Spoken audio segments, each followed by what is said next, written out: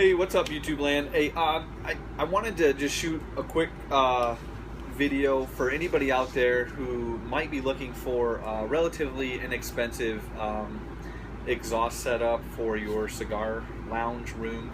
I'm in my garage, and it's a little addition on the back, and it's about 400 square feet here I got, and I've been working on it for a little while now. We just bought the house a little bit ago, and want to finish it all out, and this is gonna be my man cave where we can come play cards, watch the game, whatever. But all my friends and me, big cigar guys, I needed a good system that would get the smoke out of here, so we're not sitting in a cloud all day.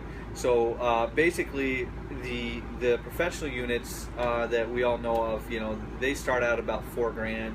You'll see in the shops and the lounges and things like that. Which is way more than I wanted to spend, and I knew that I could come up with existing products on the market and just design something a little better for a lot less money. This by any means isn't going to be a $100 fix.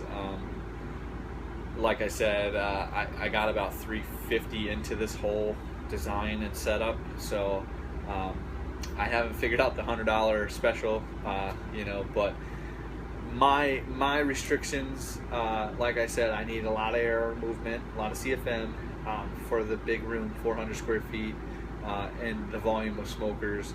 I didn't want to spend a lot of money, and power. I don't have a lot of power. There's only one circuit ran out to this garage, and I want to say it's probably a 30 amp breaker on this, so it'll hold quite a bit. I have tested it. Now I'm heating this place with a pellet stove that's rated for 1,500 square feet, and I only have 4, so that thing can get this room pretty well heated. So that is one thing you do want to remember. If you're taking air out of the room, you're going to have to figure out heat loss, basically. So with this system, I'm in pretty good shape. Because it'll just suck your heat out along with the smoke and things, and everyone will get chilled.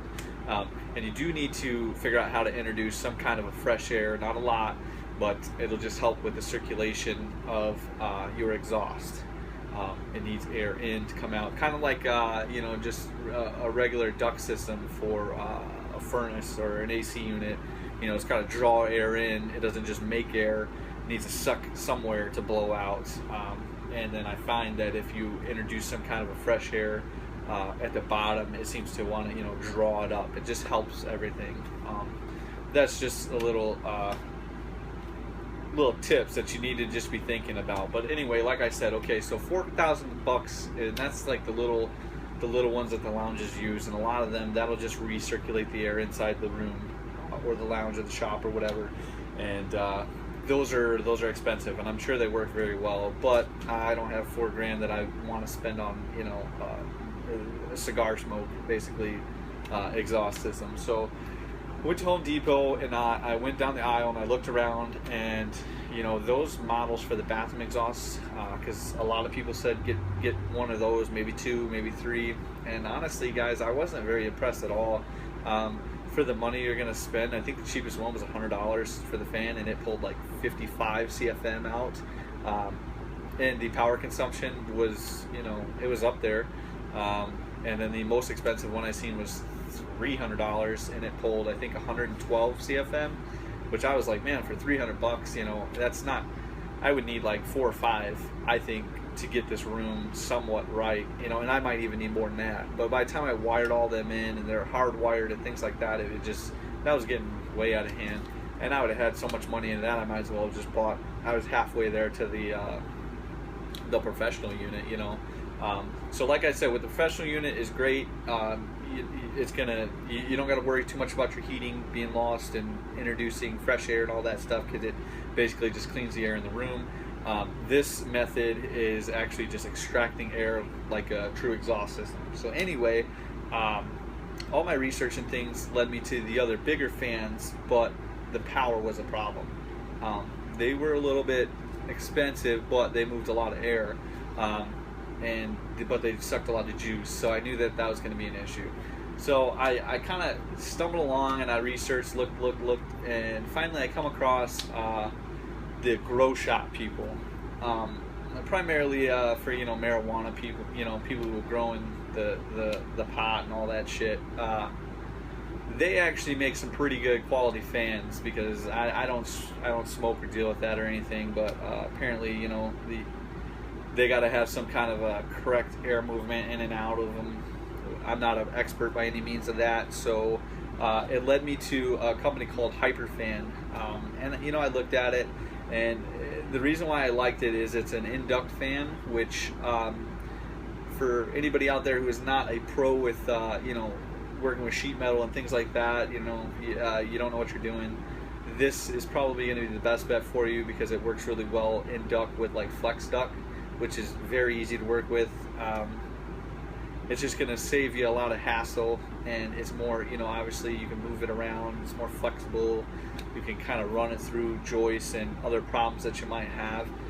So this HyperFan that I ended up purchasing from the weed shop online site or whatever, the HyperFan model, it comes in like a 6, an 8, a 10, and a 12, and I think they make a 14-inch. But another thing that they got figured out is a lot of these guys running this grow shop with all their lights and all that, they're drawing a lot of juice to everything, so all their stuff is rated for really low wattage, which was another plus for me in my setup anyway.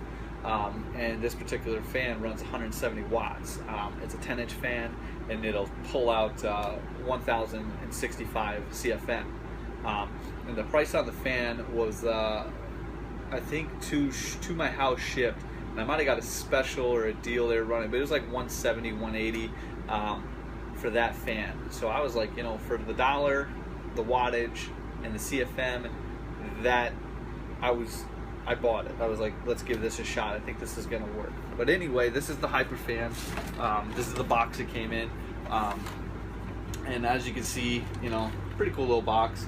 It comes with a 5-year warranty, so I guess they make pretty good stuff here. Like I said, it's primarily for the growers and stuff, and I don't know much about that, but I was in it just for the CFM and the wattage. And what's really also nice about this particular setup, if you choose something like this, is it has a speed controller. I don't know if you guys can make that out, but there's a little picture here. I'll shoot a video of it over how I installed and mounted it. But if you don't know a lot about some electric motors, some aren't built to have a speed switch, and basically all it is a dimmer switch. You could rig up another fan like that, go to Home Depot and just buy a dimmer switch, and then wire it in on the power line, and then you can control the wattage that is given to the switch.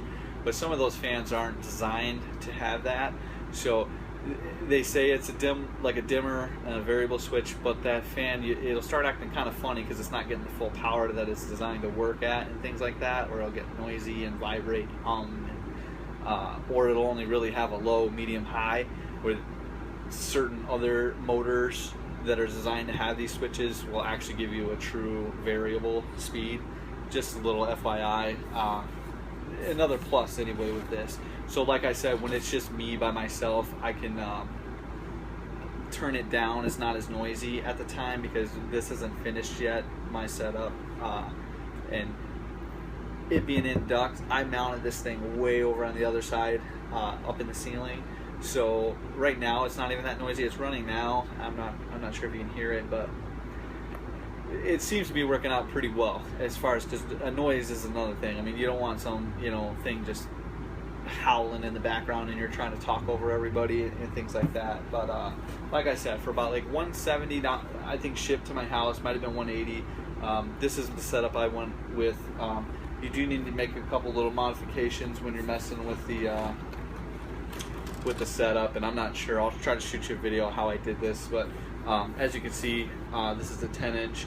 A little tip that I did is I bought a reducer, 2 of them, one in the front, one in the back, and I just screwed it right into the fan, and it took it fine because the blade actually sits a little further back, so you're not going to mess up the rotation by any means.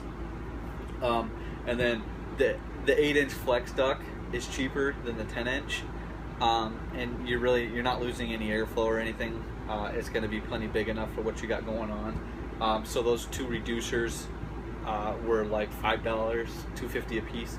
That saved $5 investment saved me like 15 bucks, because that was the difference in the pricing between the 8-inch Air Dog Flex and then the 10-inch. And it just looks neater, and it was easier to work with, and because the 8-inch worked out better for me anyway, running through the joists and things like that. So like I said, this is the setup I chose, and it's HyperFan. You can check them out online. Just Google search HyperFan. There's this one, I think it's called Monster Grow. Don't quote me on that. And they do a lot of these like extreme tests, and they beat the shit out of these things, and you know, really show you that they're worth the damn, which kind of sold me as well on it. But that's what I ended up purchasing. And like I said, I'll shoot you a quick little video. I know I'm blabbing here, but like I said, dollar for dollar with the wattage and the CFM, it seems to be working out pretty good. I've had up to 6 guys in here so far. I had it cranked out, and nobody complained. It didn't get too smoky at all, and basically it seems to be working out pretty well. So I'll go ahead and I'll show you guys my setup, and like I said, it's just for anybody out there looking for a cheaper, you know, exhaust system, or you can't make up your mind what you want. You're getting a lot more power than you would if you went to Home Depot and just got those little bathroom exhaust fans, basically what I'm getting at. And it's got a little bit more, you know, with the controller and things like that. It's kind of nice. So anyway, I'll let you see kind of what I did, and hopefully it helps you out. All right.